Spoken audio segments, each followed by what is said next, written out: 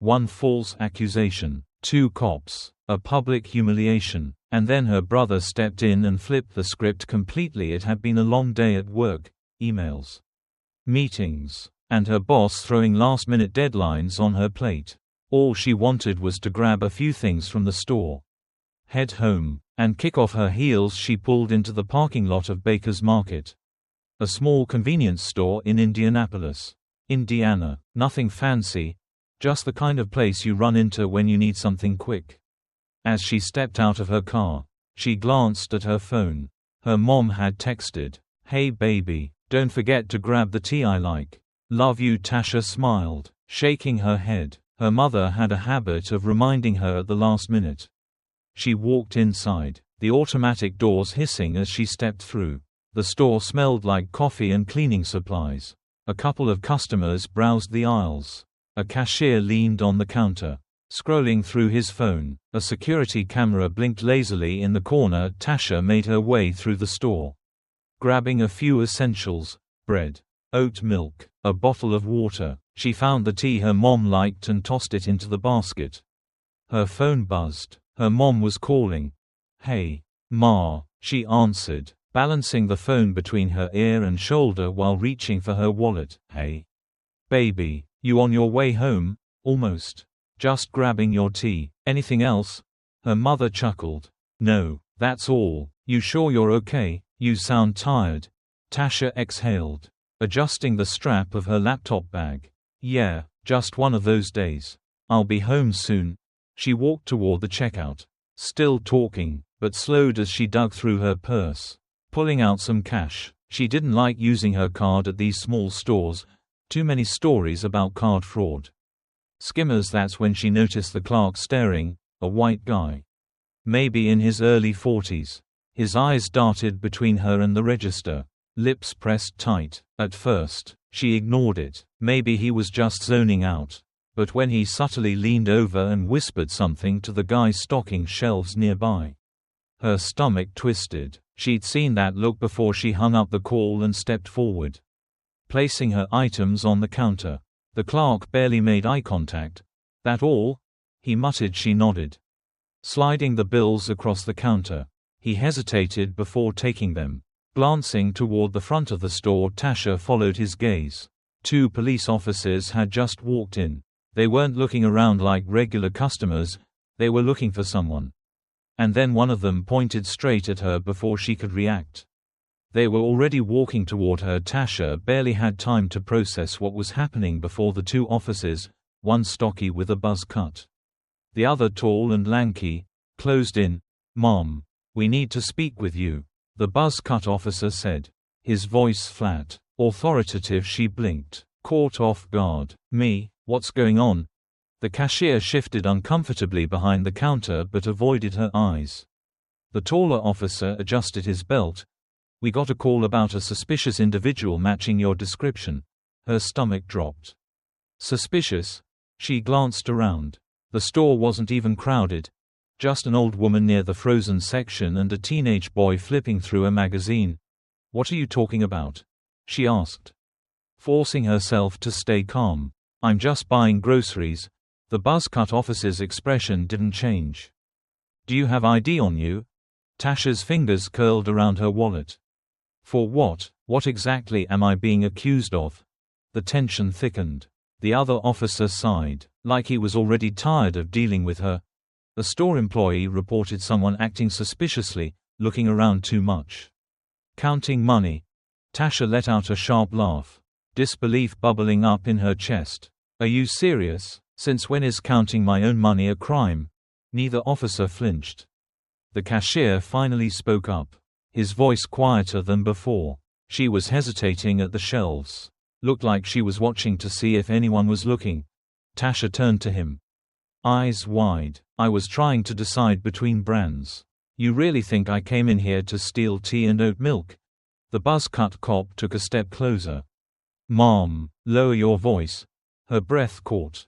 She wasn't even yelling. She suddenly felt all eyes on her. The teenager had stopped flipping through the magazine. The older woman near the frozen section was pretending not to watch. She felt it, that shift in the air. She knew where this was going. Her heartbeat picked up. She'd seen enough viral videos, enough news reports. She knew that once things escalated, it didn't matter how right she was. She swallowed hard and pulled out her ID. Her hands steady even though her pulse was racing. The officer barely glanced at it. "Step aside. Please," he ordered. "We need to ask you some questions." But before she could respond, the other officer reached out. Grabbing her by the wrist, Tasha's entire body tensed as the officer's grip tightened. "Excuse me," she snapped, jerking her arm back. "I gave you my ID. What else do you need?" The stocky officer's face remained unchanged. "Cold. Step over here," he repeated, motioning toward an empty aisle near the front of the store. She could feel it now, how fast everything was spiraling. Her pulse pounded in her ears. The teenage boy put his magazine down. The older woman by the frozen section had stopped pretending to look at the bags of peas and corn. Even the cashier had backed up a little, suddenly looking very interested in the register screen. She felt exposed. Like a criminal. "Are you detaining me?" she asked. Forcing her voice to stay steady, the tall officer scoffed. "We're investigating a report. If you cooperate, this will go a lot smoother." "Smoother for who?" Tasha's chest tightened. She wasn't stupid. She knew how this worked. If she pushed back too hard, she'd be labeled as hostile. If she complied too quickly, she'd be treated like she was guilty. Lose-lose. "I want to know exactly what I'm being accused of," she said, her voice firmer. "You still haven't told me." The buzz-cut officer exhaled sharply, as if she was exhausting him. "Mom, someone thought you might be shoplifting. We're doing our job." Tasha let out a bitter laugh. "You mean profiling?" The second those words left her mouth, the air shifted again. Buzzcut's eyes darkened. "Turn around." He ordered. A rush of heat shot through Tasha's body. "What? No," she shot back, stepping away instinctively. "I did nothing wrong." The taller officer reached for her. "Don't resist. Resist." Tasha's voice shot up, panic laced in every syllable. You are not about to search me in the middle of this store like I'm some damn thief." She barely had time to react before she felt hands on her arms, forcing her to turn. The humiliation hit her like a truck. Right there, in front of strangers. They patted her down, palms sweeping over her pockets, her back, her waist. She wanted to disappear. Her skin burned with shame. She wasn't crying. She refused to give them that. But her eyes stung. Her fists clenched at her sides. The store had gone silent. Even the cashier was frozen in place. Seconds stretched into eternity, and then, as if this couldn't get any worse, the bell above the door chimed. Tasha barely registered it until she heard a familiar voice. A voice that didn't ask questions. A voice that cut through the tension like a blade. "Let her go." Now. The air in the store shifted instantly. Tasha turned her head, barely able to move with the officer's hands still on her. But she didn't need to see his face to know who had spoken. Malcolm. Her older brother stood just inside the entrance, his broad frame filling the doorway. He wasn't yelling, wasn't moving aggressively, but the weight of his presence was enough to stop everything. The officers hesitated.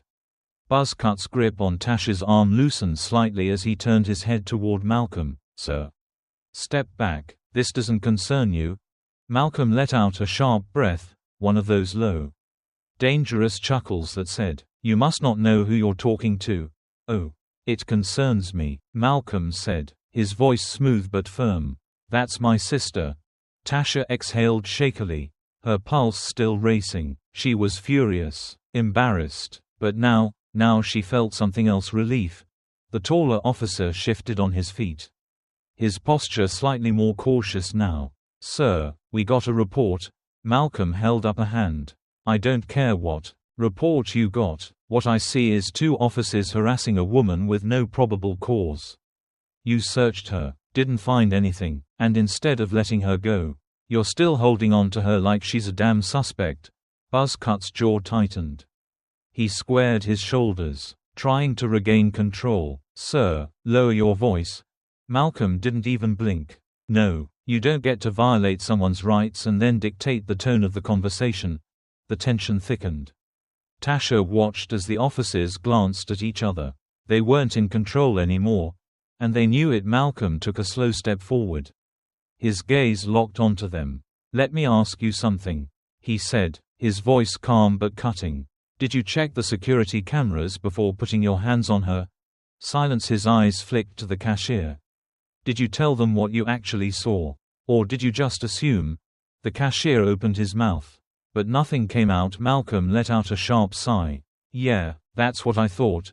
The store manager, an older man who had been pretending to mind his business, finally shuffled out from the back, looking nervous. Officers, maybe we should." Malcolm cut his eyes at him. "You should have spoken up before they put their hands on her." The manager swallowed hard. Tasha felt the officers' grips finally loosen. And then, as if they could sense the way the situation had turned, they took a small step back. No apology, no explanation, just a quiet, unspoken retreat. Malcolm took another step forward. "Now, unless you plan to arrest her, which you have no grounds for, you'll need to leave." Buzzcut clenched his jaw, his hand hovering near his belt for a second. But then, without another word, he turned and walked toward the door. The taller officer hesitated, his pride still bruised, but eventually followed. Tasha watched them go, her chest rising and falling, still trying to process everything. She should have felt relieved, but instead, she felt exhausted. Malcolm exhaled, shaking his head as he turned to her. "You okay?" She wanted to say yes.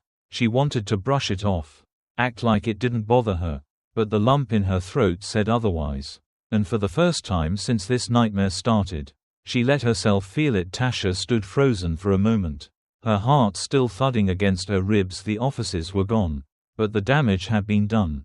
She could still feel their hands on her, the weight of their suspicion clinging to her skin. The store felt smaller now, suffocating. Malcolm placed a hand on her shoulder. Not forceful, not demanding, just steady. "Tasha." His voice was softer now. "Talk to me." She inhaled sharply, her hands still curled into fists. She stopped, her voice shaking more than she wanted. "I was just trying to buy some damn tea." Malcolm's jaw tightened. She shook her head, exhaling bitterly. "I wasn't loud, I wasn't rude, I did everything right. And they still—" Her voice cracked, frustration bleeding into every word. She didn't need to finish the sentence. Malcolm already knew the store was painfully quiet now. The teenager by the magazine rack quickly pretended to be interested in something else.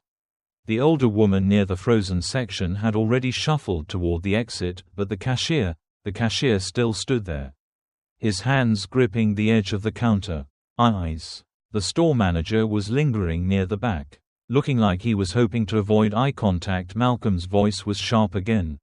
"You," he said. The older man straightened suddenly, pretending to look busy with nothing. "You were here the whole time."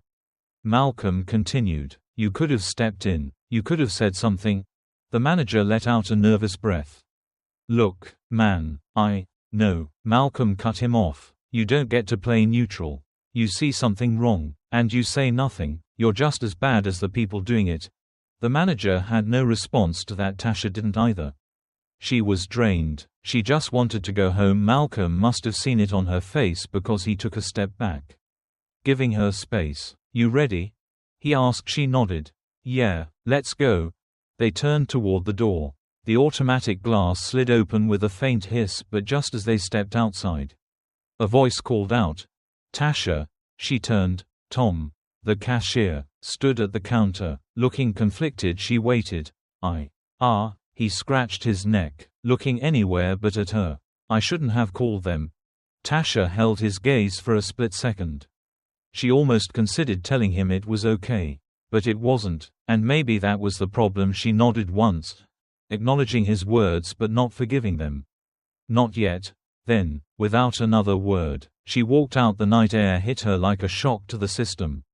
She inhaled deeply, trying to shake off everything that had just happened. Malcolm walked beside her in silence. It wasn't until they reached the car that she finally spoke. "I hate that this is normal," she murmured, gripping the door handle. Malcolm sighed. "It shouldn't be." Tasha exhaled sharply, then looked up at him. "What if you hadn't shown up?" Her voice was barely above a whisper. Malcolm met her gaze, his expression unreadable for a moment. Then he said, "I don't even want to think about that." Neither did she. But deep down, she already knew the car ride home was quiet. Tasha stared out the window, watching the city blur past. The streetlights cast long shadows.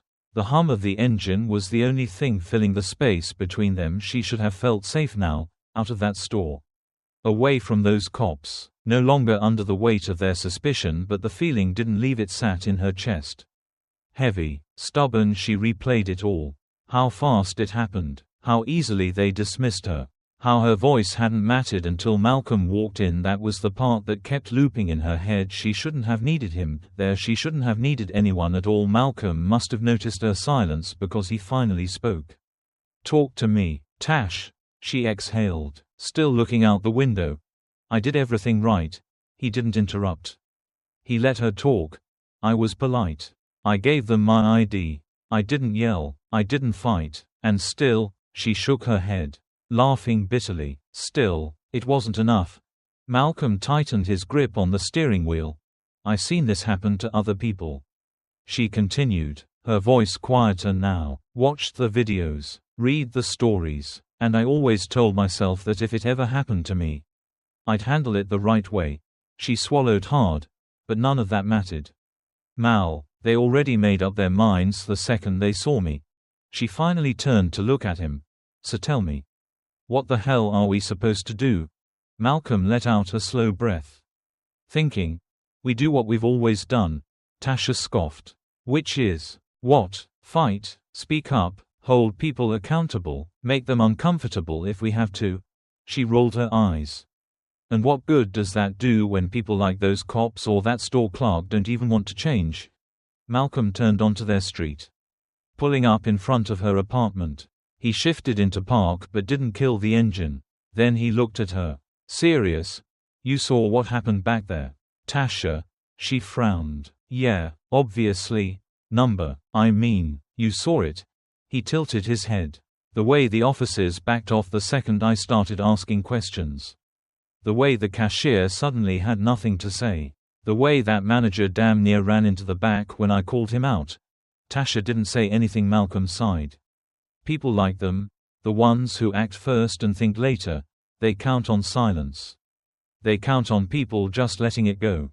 But when you make them answer for it, when you make them look at themselves and say it out loud," he shook his head, "that's when things shift." She crossed her arms. "So what, you think that guy, Tom, is suddenly a changed man? That the next time a black woman walks in, he's going to treat her differently?" Malcolm shrugged. "Maybe, maybe not, but now he knows better. And if he does it again, he can't pretend he didn't." Tasha leaned her head back against the seat, staring at the ceiling. She wanted to believe that. She really did, but the weight of it all was too fresh, too raw for a long moment. They just sat there. Then Malcolm spoke again, softer this time. "You know this isn't on you, right?" Tasha turned her head toward him. He nodded. "You didn't cause this. You didn't do anything wrong. What happened back there, that's on them." She swallowed. "Then why does it still feel like I lost?" Malcolm's expression was unreadable for a moment. Then he reached into the back seat, grabbed a small notepad and pen, and handed them to her. "What's this?" she asked. "Write it down." Tasha frowned. "Write what down?" "Everything," Malcolm said. "What happened, how they treated you, their names, badge numbers, if you caught them, the store, the time, all of it." Tasha hesitated, but Malcolm just looked at her. "Trust me."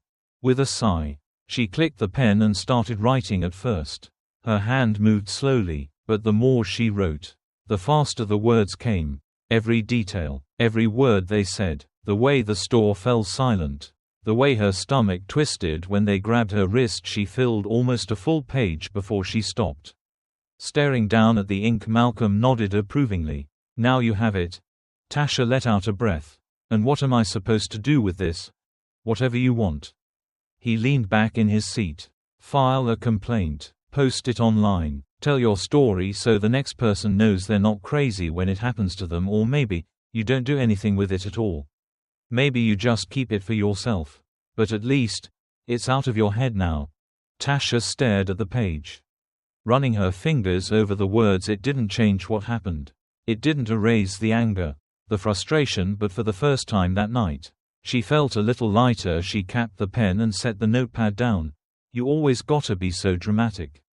Huh? Malcolm smirked. Runs in the family. She huffed out a laugh, shaking her head. Thanks, Mal. Anytime. Tasha unbuckled her seatbelt, grabbing her bag, but before she stepped out, Malcolm spoke one last time. Hey. She turned back. You good? Tasha paused. She thought about the store. The way those cops looked at her. The humiliation. The fear. Then she thought about Malcolm showing up. The way he stood beside her. The way his presence alone changed everything. She inhaled deeply. I will be. She closed the door behind her. Stories like Tasha's happen every single day. It doesn't matter if you're polite, professional, or completely innocent. When people see you through a lens of suspicion, the rules are different, but silence is what allows it to keep happening. If you witness something like this, speak up. Call it out. Ask questions. Make them explain themselves, because accountability doesn't start with people like Malcolm showing up at the right time. It starts with all of us making sure situations like this never happen in the first place. If this story resonated with you, share it. Tell someone. Start the conversation, because the only way things change is if we refuse to let them stay the same.